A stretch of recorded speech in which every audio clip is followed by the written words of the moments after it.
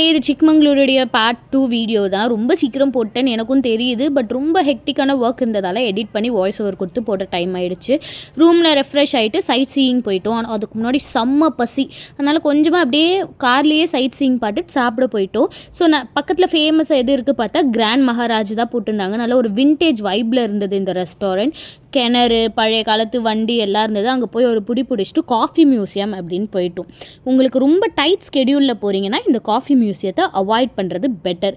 But நாங்கள் ஒரு எப்படி தான் இருக்குதுன்னு பார்க்கலான்னு சொல்லிட்டு போயிட்டோம். உள்ளே பெருசாக எதுவுமே கிடையாது. உங்களுக்கு காஃபி ரொம்ப பிடிக்கும், காஃபியோட ஹிஸ்ட்ரி வரலாறுலாம் தெரிஞ்சுக்கணும் அப்படின்னா இங்கே நிறைய யூஸ்ஃபுல்லான இன்ஃபர்மேஷன்ஸ் இருக்கும். அது நீங்களே தான் படித்து தெரிஞ்சுக்கணும். அண்ட் காஃபி எப்படி க்யூர் பண்ணுறாங்க, வேரியஸ் கேட்டகரிஸ் என்ன, எப்படி அதை கிரேட் பண்ணுறாங்கன்றதெல்லாம் கொடுத்துருப்பாங்க. அதெல்லாம் நீங்கள் படித்து பார்த்து தெரிஞ்சுக்கலாம். மற்றபடி இங்கே பார்க்குறதுக்கு பெருசாக ஒன்றும் இல்லை. நாங்களும் அப்படியே கொஞ்சம் எக்ஸ்ப்ளோர் பண்ணோம்.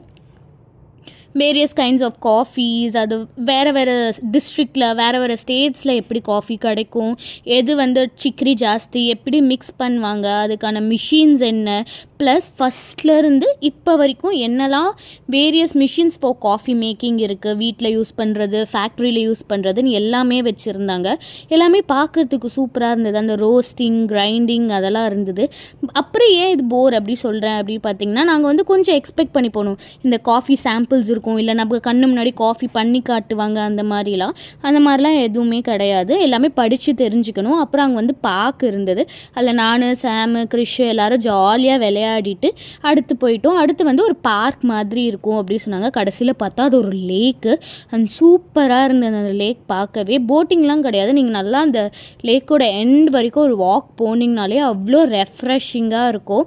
நாங்கள் விளையாடிட்டே இருக்கோம். எனக்கு இது one of the best parts. நாங்கள் போனது சைட் சீயிங்கை விட எங்களுக்கு ஆஸ் யூஷுவல் கிளைமேட் ரொம்ப ஹெல்ப் பண்ணுச்சு. நாங்கள் ஜாலியாக விளையாடினோம். நிறைய நேரம் நடந்தோம், ஓடி பிடிச்சி விளையாடுறது, அப்புறம் அங்கே சும்மா இந்த புல்லில் விளையாடுறதுன்னு விளையாடிட்டே இருந்தோம். அண்ட் அந்த தண்ணியுமே ரொம்ப சில்லுன்னு சூப்பராக இருந்தது. எஸ்பெஷலி நாங்கள் சன்செட் டைமுக்கு போனதால் அது பார்க்க ரொம்ப நல்லா இருந்தது. உட்காந்து நெக்ஸ்ட் 2 டேஸ்க்கான ஐட்னரி உட்காந்து நாங்கள் இன்னும் நல்லா டீட்டெயில்டாக டிஸ்கஸ் பண்ணி எக்ஸ்பிளைன் பண்ணிவிட்டு எங்கெல்லாம் போகலாம், எதெல்லாம் கட் பண்ணலான்றது பார்த்துட்டு இருந்தோம். அப்புறம் கொஞ்சம் நேரம் ஜாலியாக பார்த்துட்டு உட்காந்துட்டு கதை பேசிட்டு எல்லாம் பேசிவிட்டு அப்படியே டின்னருக்கு போயிட்டோம். ஸோ டின்னருக்கு பக்கத்தில் இருந்த ஒரு கெஃபே தான் போயிருந்தோம். நூடுல்ஸ், சீஸ் பால்ஸ் இந்த மாதிரிலாம் சாப்பிட்டு அண்ட் அங்கே ஒரு ப்ளூபெர்ரி சீஸ் கேக் சாப்பிட்டுருந்தோம். நிஜமாலே ஆத்தென்டிக்காக சூப்பராக இருந்தது. நெக்ஸ்ட் பார்ட் வருது, கண்டிப்பாக பாருங்கள். சப்ஸ்கிரைப் பண்ணுங்கள். பாய்.